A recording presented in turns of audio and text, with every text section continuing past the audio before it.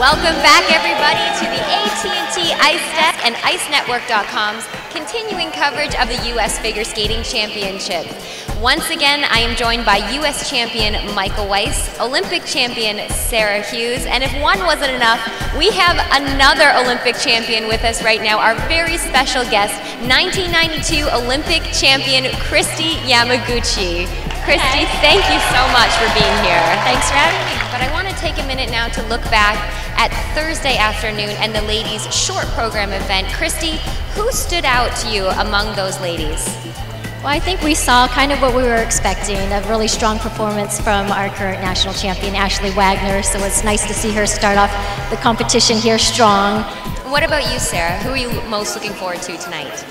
Well, you know what, the whole group of top ladies, because they have a lot of international experience among them. I mean, Ashley's national champion, she's the reigning one, but Mariah's national champion too. She's been on Olympic teams, she has the experience, but it's a deep field. I think we're going to be seeing a lot of triples being tried, very difficult elements, and I'm looking forward to it. Mike, I'm just curious, does your mentality change from a short program and then going into a long program? Do you have to prepare differently for the long program?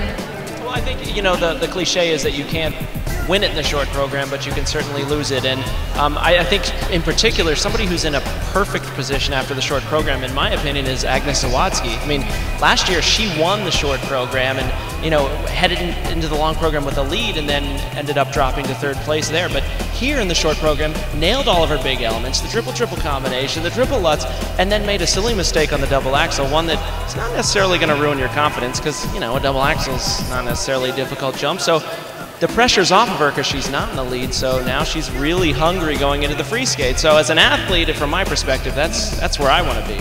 And how has your training been going up to the injury, and how is your training now as you recover?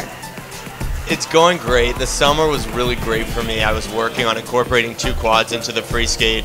You know, it took more strength and conditioning for me, and our sport is obviously moving in that direction. The athleticism is no secret.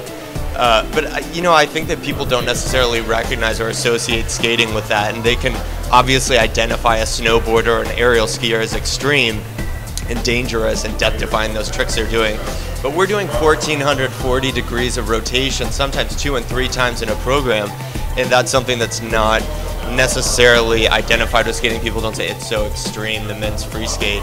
But that danger is definitely there, and that's something that for me has required now 4 hours in the gym as opposed to what I used to do 2 hours in the gym. And so that was my focus before this injury, and I think as I build back and get my strength out, that'll continue to be my focus as I move into Sochi, as many quads as possible.